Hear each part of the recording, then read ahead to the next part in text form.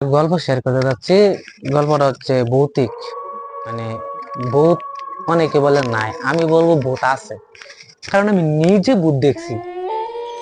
এই কথা আমি জানি অনেকে বিশ্বাস করবেন না, কিন্তু কেউ না দেখে বিশ্বাস করে না। অনেকে মনে করে এটা যে কুসংস্কার, আর ভূত বলে কিছু হয় না।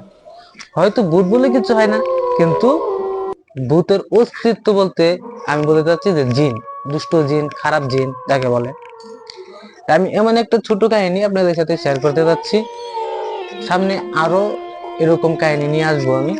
আপনারা চ্যানেলটি সাবস্ক্রাইব করবেন, ফেসবুকে দেখে থাকলে ফলো দিবেন, লাইক কমেন্ট শেয়ার করবেন। আমি যখন অষ্টম শ্রেণীতে পড়ি 2019 সালে, তখন আমাদের এলাকার বাজারে একটা নাটক হয়েছিল। রূপবান নাটকের নাম ছিল। সেই রূপবান নাটক দেখতে দেখতে যখন রাত 11টা থেকে 12টা বাজে গেছে, তখন আরো পরে যখন নাটকটা শেষ পর্যায়ে শেষ হয়েছিল প্রায় 3টা সাড়ে 3টার মধ্যে, তো নাটকটা দেখে বাড়ির মধ্যে আসতেছিলাম। হঠাৎ আবার আমাদের বাড়ির যে আসার করতে একটা জঙ্গল পড়ে, জঙ্গল। এই জঙ্গল পাড়ি দিয়ে আমাদের বাড়ির মধ্যে যাইতে হয়। আমার বাড়িটা হচ্ছে দুর্গম এলাকা, এখানে কোনো রাস্তাঘাট নাই, বাতরের আইল দিয়ে যাইতে হয়। চিপা চিপা রাস্তা, জঙ্গল, বিভিন্ন ধরনের খাল বিল আছে, এরকম পাড়াইয়া যাইতে হয়। আমাদের বাজারটা আমাদের বাড়ি থেকে প্রায় 2 কিলোমিটার দূর আছে। তো সেরকম বাজারে যখন আমি নাটক দেখি বাড়ির মধ্যে একা আসছিলাম, হোক তো আমি একা, অন্য কেউ নাই সাথে, আমি একা নাই, একটু মনে মনে ভয় ভয় লাগছে, যেহেতু একটা জঙ্গল পাড়ি দিয়ে বাড়ি যেতে হইব। তখন মনে করেন যে যখন জঙ্গলের কাছাকাছি আসছি, তখন মনের মধ্যে একটা কঠিন একটা ভয় লাগতেছে। আমার তেন লাগতেছে পিছন দিয়ে যেন কেউ হারতাছে। আচ্ছা, যাই হোক, হারাকালীন তো মনের মধ্যে অনেকটা সাহস রাখছি। আমি আবার আইতুল কুচি পারতাম, আইতুল কুচি পড়ছি, বইটা নিজের শরীরে বন্ধ করছি। আরো কিছু সোরাকেরা জানতাম, ওগুলো আমি পড়ছি। আচ্ছা, পড়ার পরে যখন বাড়ির দিকে রওনা দিলাম, তখন ওই জঙ্গল থেকে আমাদের বাড়ি কিন্তু বেশি দূরাবি না, খুব কাছে, মানে দেখা যায়, একটা দৌড় মারলে যাওয়া যায়। মানে কথা আছে না, বনের বাঘে খাই না মনের বাঘে খাই, এরকম আর কি আমার দশা রয়ে গেছে। মানে বাড়ি গুলো এসে আমি ধরাইতেছি।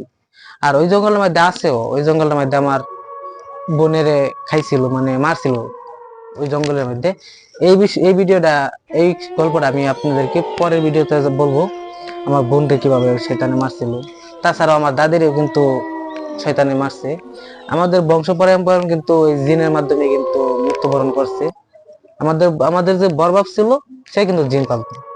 ওই সব ভিডিও গুলো আপনাকে বলবো বিস্তারিত।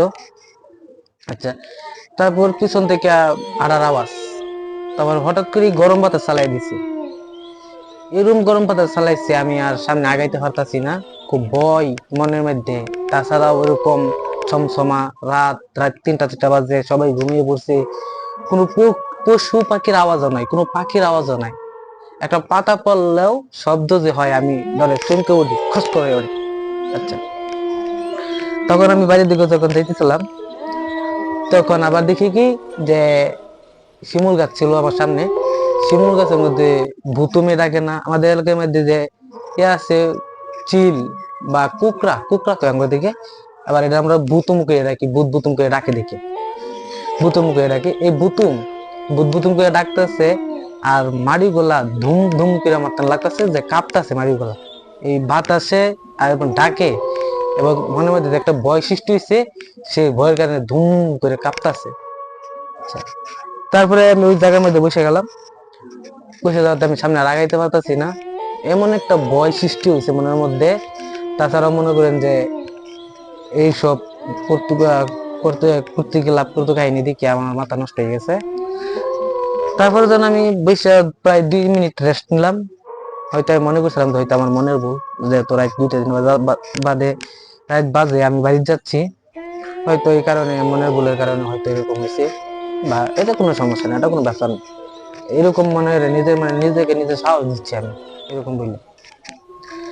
তারপরে সামনে তাকে দেখি, মানে শরীর ছাড়া একটা মানুষ, শরীর মাথা ছাড়া একটা মানুষ, মাথা ছাড়া, মাথা নাই, বডি আছে, বডিটা মনে করেন যে মানুষ দেখা যাচ্ছে না, মানে ছায়াটা তার, একটা ছায়াটা আমরা রোদের মধ্যে যেরকম ছায়াটা দেখি এরকম ছায়াটা হাঁটে হেঁটে আসছি। অন্ধকার রাত, হালকা তারা পড়ছে আকাশে, চাঁদনি নেই, মানে চাঁদের আলো নাই।